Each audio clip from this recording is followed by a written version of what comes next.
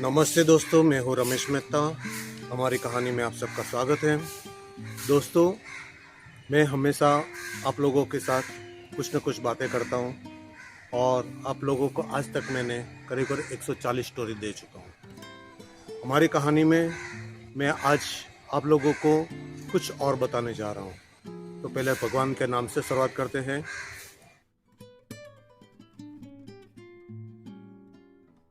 रामाय रामभद्राय रामचंद्रास वेदये रघुनाथाय नाथाय सीताया पतिये नमः। रामं रामानुजं सीता भरतं भरतार्जुनं सुग्रीव वायुसनं च प्रणनामि पुनः पुनः। वेद जिस परम तत्व का वर्णन करते हैं वही श्रीमद् नारायण भगवान श्री राम प्रभु रामायण में निरूपित है। वेद परम पुरुषोत्तम दशरथ नंदन श्री राम के रूप में अवतरित है। राम की पत्नी सीता, राम का भाई भरत, सुग्रीव और वायुपुत्र हनुमान बार बार आपको प्रणाम करते हैं।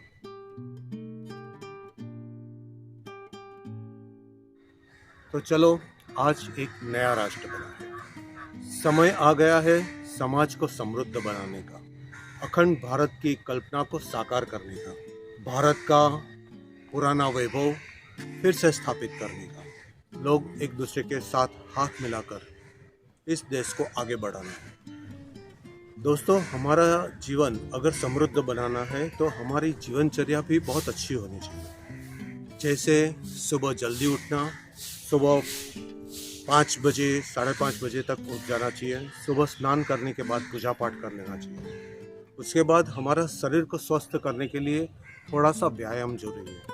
आप 15 मिनट से लेके 1 घंटे तक व्यायाम कर सकते हो, खेल सकते हो, कूद सकते हो। चाहे जिम जाओ, चाहे योगा करो, या कुछ बैडमिंटन भी खेलो, या वॉलीबॉल खेलो, कुछ न कुछ खेल खेलो, तो भी तुम्हारे शरीर को व्यायाम मिल जाएगा। उसके बाद घर में वापस आकर थोड़ा सा हल्का सा स्नान कर लेना चाहिए ताकि आपका जो एक्सरसाइज किया हुआ पसीना है वो निकल जाए। उसके बाद आराम से चाय नाश्ता करके थोड़ा सा आराम कर लेना चाहिए। फिर हमारी पूरा दिन की रूपरेखा तैयार करनी है कि हमें पूरा दिन में क्या काम करना है। भगवान ने आपको बहुत शक्तिशाली और बुद्धिमान बनाया है। आपको अपनी बुद्धि के अनुसार आपको किस तरह का काम करना है, कैसे काम करना है, उससे क्या आप निर्वाह कर पाओगे, ये बहुत बहुत ज़रूरी है। हमारा जीवन समृद्ध और एक अच्छी जिंदगी जीने का है तो हमारे तन, मन और धन तीनों को समृद्ध बनाना होगा। हमारा मन शांत और सरल होना चाहिए। काम, क्रोध, लोभ, मोह, अहंकार, द्वेष, चिंता और डर, इससे हमें मुक्त रहना है और हमें निडर होकर प्रेम, आनंद और विश्वास और एक दूसरे के साथ अच्छे व्यवहार के साथ जीना है। हमें एक नई उड़ान भरनी है, हमें कुछ करके दिखाना है। कहते हैं ना कि शक्तिशाली लोगों से देश बनता है। जहाँ शक्ति है वहीं विजय होती है। कभी कभी झूठ भी भारी पड़ जाता है शक्तिशाली लोगों के पास। झूठ हो, सत्य हो, असत्य हो, अच्छा हो, बुरा हो, मगर शक्तिशाली लोग हमेशा जीता है, ये इतिहास कहता है। आप अच्छा काम करोगे, शक्तिशाली रह के कुछ काम करोगे तो आपका सम्मान बढ़ेगा, और बुरा काम करोगे तो लोग आपको क्या क्या कहेंगे वो तो आप भी जानते हो। कमज़ोर लोगों को सिर्फ सिंपैथी मिलती है, दया मिलती है, और शक्तिशाली लोगों को, अच्छे काम करने वालों को सम्मान मिलता है। हम भगवान को कहते हैं ना कि हे भगवान, हमें बल दे, बुद्धि दे, धन दे, वैभव दे, ऐश्वर्य दे, यश और कीर्ति दे। तो यह सब कहाँ से मिलेगा? उसके लिए कुछ मेहनत तो करनी पड़ेगी ना। धन जीवन को चलाने के लिए बहुत ज़रूरी है। जीवन का निर्वाह ही नहीं करना है, उसके साथ हमारी कई ज़रूरत है। बच्चों की पढ़ाई, हमारे वस्त्र, हम लोगों से बात करना, फिर ट्रांसपोर्ट, ट्रैवलिंग, हमारे शौक भी बहुत सारे हैं ना।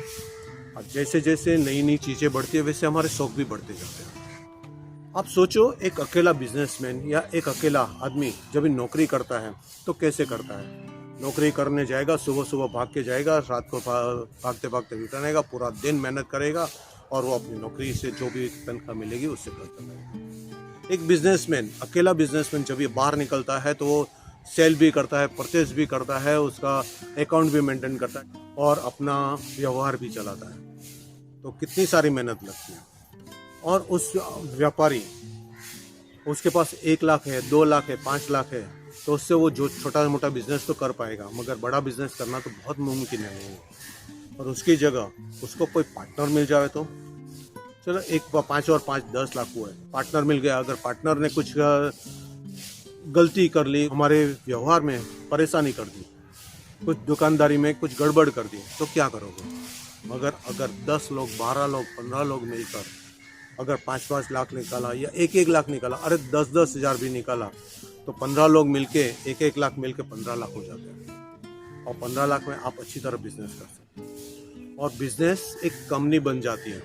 जैसे आप, कुछ लोग हैं सेल कर पाएंगे, कुछ परचेस कर पाएंगे, कुछ उसको मैनेज कर पाएगा, कोई अकाउंटिंग संभाल लेगा, कोई पैकिंग और डिलीवरी का काम संभाल लेगा, कोई मैन्युफैक्चरिंग का काम संभालेगा, तो काम सब डिवाइड हो जाता है और उसी चीज़ में उसको मास्टरी आती जाती है। मगर एक दूसरे के ऊपर विश्वास करके, एक दूसरे का हाथ पकड़ के हमें आगे बढ़ना है, एक अच्छी कंपनी खड़ी करनी है, तो बहुत अच्छी तरह बिजनेस बढ़ सकता है। तो दोस्तों, हमारा जो अभियान है ये यही है कि सबका साथ सबका विकास।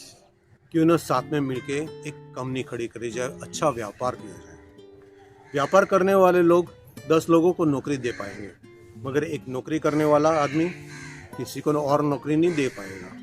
तो नक्की करना है, हमें नौकरी करना है या व्यापार करना है, सब लोग के साथ मिलकर करना है या अकेला अकेला में, या हमें कमज़ोर बनना है या शक्तिशाली। क्या हम सब साथ मिलकर अपने समाज को, अपने अड़ोस पड़ोस को, अपने लोगों को, अपने जीवन को समृद्ध नहीं बना सकते? तो चलो एक वैभवशाली, एक खूबसूरत समाज को बनाए।